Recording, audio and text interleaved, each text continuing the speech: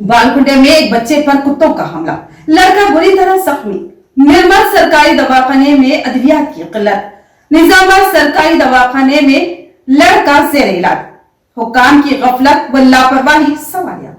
कुत्ते इंसानों के लिए एक होलनाक खतरा बनते जा रहे हैं। अवामी मुतालबे के बावजूद हुक्काम कुत्तों के मामले में कोई ठोस कार्रवाई करते नजर नहीं आ रहे। हाल ही में सहारनपुर नेहरू नगर में एक मोटरसाइकिल सवार की बाइक के सामने कुत्ता आ गया और बाइक कुत्ते पर चढ़ गई।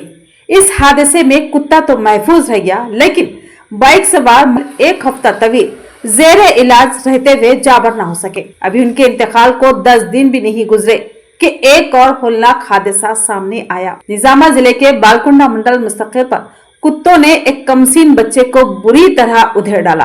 तफसीलात के मुताबिक बालकुंडा मंडल मुस्तकिल के बड़ा बाजार का रहने वाले सैयद मोइज का बेटा अबूजर, जो कि इंतहाई कमसीन बच्चा है, अपने घर के सामने गली में खेल रहा था कि अचानक कुत्तों ने इस बच्चे को अपने नरखे में ले लिया और उसको कई जगह काट दिया, बल्कि उसके जबड़े और गले को उधेड़ डाला।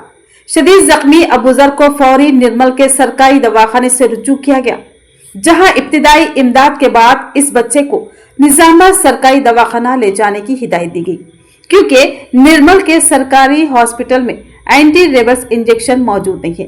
लिहाजा इस कमसीन बच्चे को निजामाबाद सरकारी दवाखाना लाया गया और यहाँ पर यह लड़का जेरे इलाज है। हुकाम की लापरवाही व गफलत और सरकारी हॉस्पिटल्स में अद्वियात की अदम मौजूदगी हुकूमती निजाम पर बहुत बड़ा सवाल उठाता है।